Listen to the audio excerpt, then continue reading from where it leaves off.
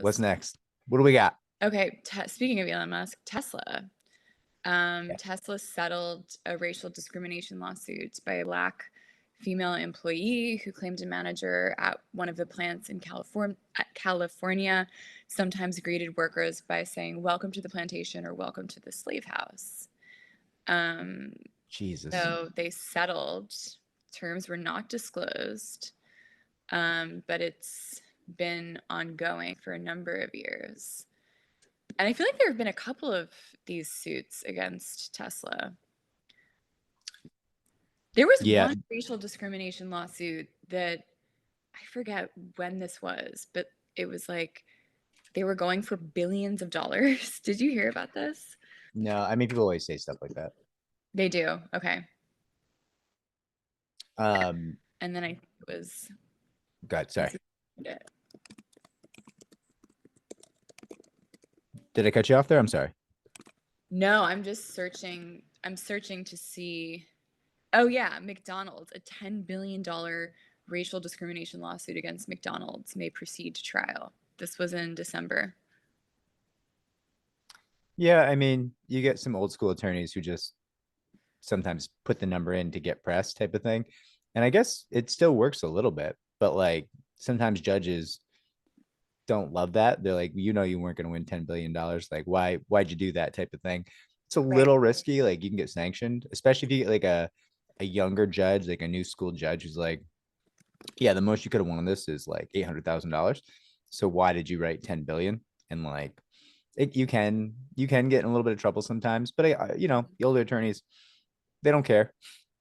They just, Yeah. for them, that's how you practice, right? Yeah. Well, there was another one in 2021. A federal jury in San Francisco has ordered Tesla to pay a former black contractor $137 million. I'm Wow. sure that healed. Yeah, certainly could. I mean, listen, I think I always got really at Cornell. They had their agri school, their agricultural school. They still called it the plantation when I was doing my bar prep there. And I mean, I just know I always thought about it. I was like, okay, I mean, there were plantations in the world that didn't exist on slavery, but like in this country, that's not how we did things, and it was really, really ugly. And like maybe you got to change the name type of thing. And I just googled it. It looks like they did because now they're calling it the Botanic Gardens, I think. Interesting. Oh yeah, 2016. They Looks like they changed it. changed it. Yep. Okay. Okay. There's a story in the Cornell Chronicle about it, but I remember when I was there, I was like, "Are we sure we like?" Because there's signs and everything. Or there were signs. It was like, Yeah. "Is this really, the legacy we hold on to?" type of thing. I don't know. Yeah. Yeah. I mean, I guess they changed it even before all the protests at universities really started ramping up. Listen, that's what makes Cornell better than an Ivy. I'm kidding. I'm kidding. Yeah. Wait, did you go to Cornell? No, no, I just did my bar prep at Cornell. Okay, did you? I grew up near Cornell. I worked at a ski resort right by Cornell, so I taught like the ski course for them, the physical education like ski instructor course. I taught that Mhm. for a Okay. year.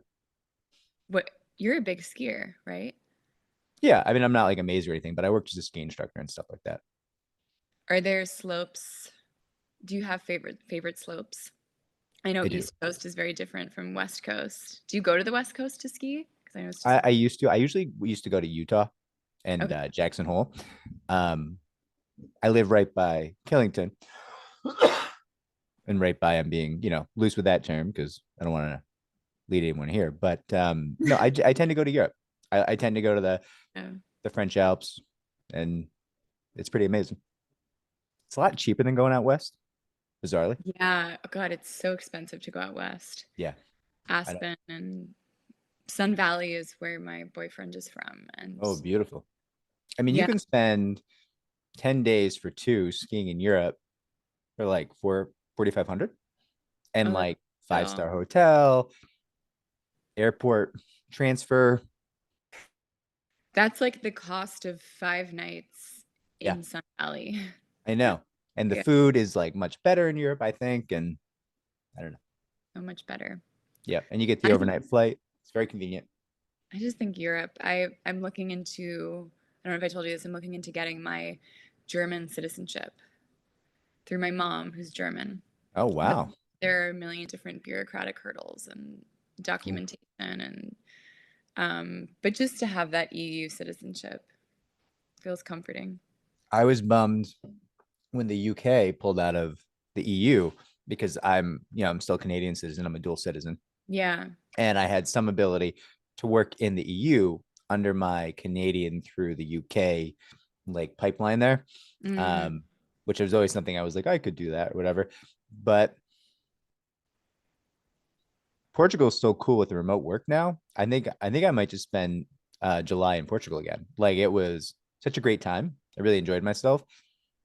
I don't know. And I can still work the same hours. It's only like it's a 5 hour offset. So I just shift my schedule, work the same hours, make sure everybody's taken care of, and then go have a nice night in Portugal, you know? Would you be in Lisbon? So I really like Braga. Um, but I was looking at a place in just renting a place in Nazaré, which is like an Mm. hour and a half out of Lisbon.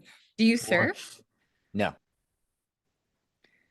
but I'm not against Crazy learning. surf. There's a crazy surf documentary called The 100 Foot Wave Ooh, about the surfers in Nazare who I don't think anyone ended up surfing 100 feet, but they surfed 70 feet. It's wild. They drive them up in jet skis to like the crest of the yeah. ocean or of the wave.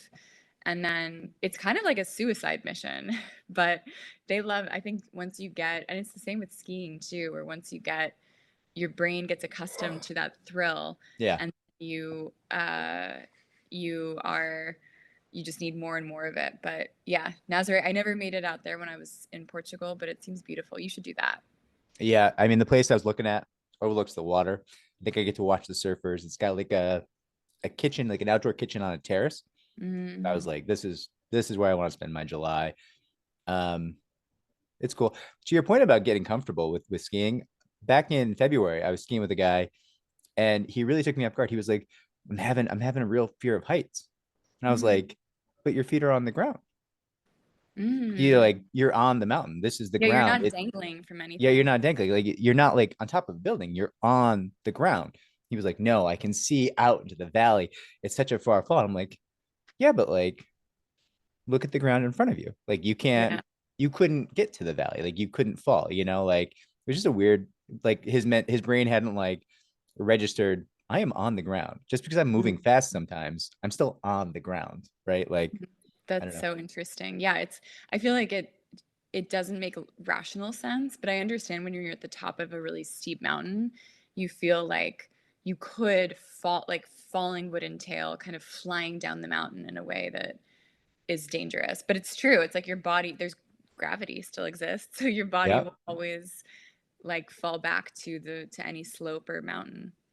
I was trying to figure out what I think it was because he was above the tree line. Like we were above the tree line.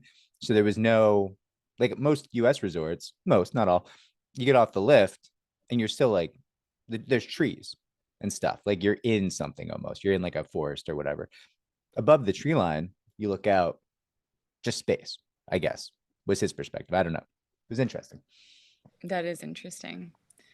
Um, yeah, I think I've gotten a little bit. I've only ever skied a blue slope is the most challenging slope Really? skied. Yeah. Because I've only ever been maybe like 8 times in my life to ski. But your appetite for risk, I I would know. imagine. The thing is, I have like an appetite for, I don't know, like intellectual and emotional and psychological risk sometimes, or financial risk. Okay. And I don't have as much of an appetite for like physical risk. I prefer Oh, to not break bones or like hit my head and have like a brain bleed. And you know those stories of where people get, who was it? It was Liam Neeson's wife yep. who hit her head and she was fine for a day, and then turns out that um, her brain was bleeding. So of course, like the probability of something like that happening to me is very low.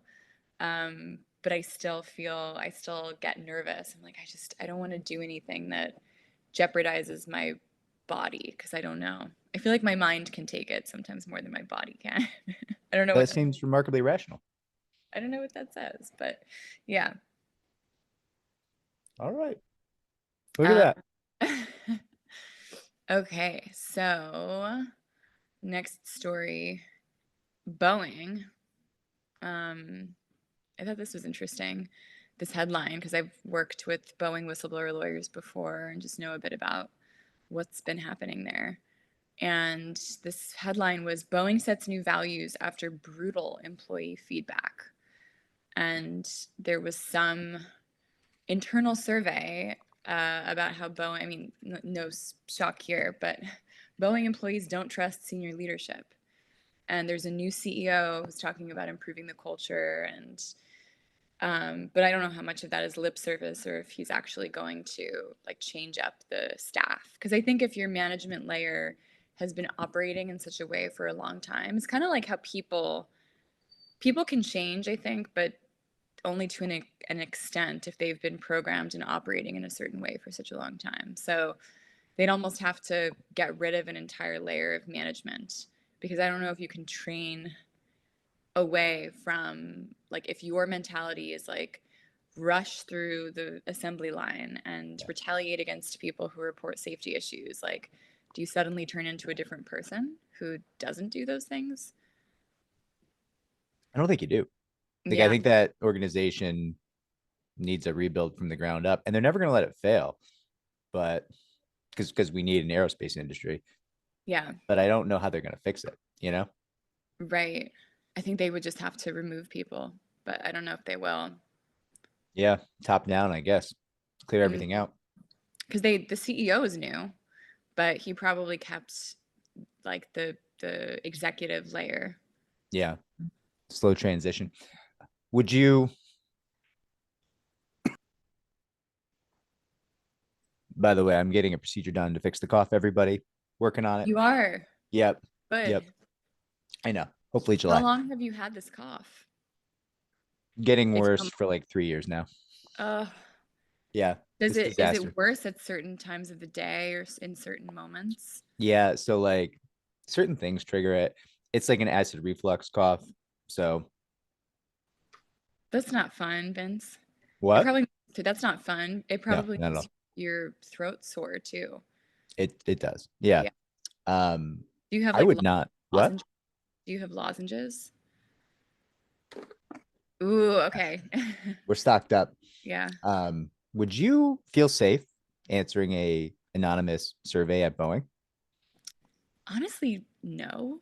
Yeah, that's my first thought seeing this. I was like, who are these brave people complaining about Boeing? Yeah. I mean, I think it's interesting the fact that the story was even written in the Seattle Times. It must have gotten leaked. Like Yeah, it says that the survey was shared at a staff meeting. So I it must wonder have. if the staff meeting was leaked to the Seattle Times.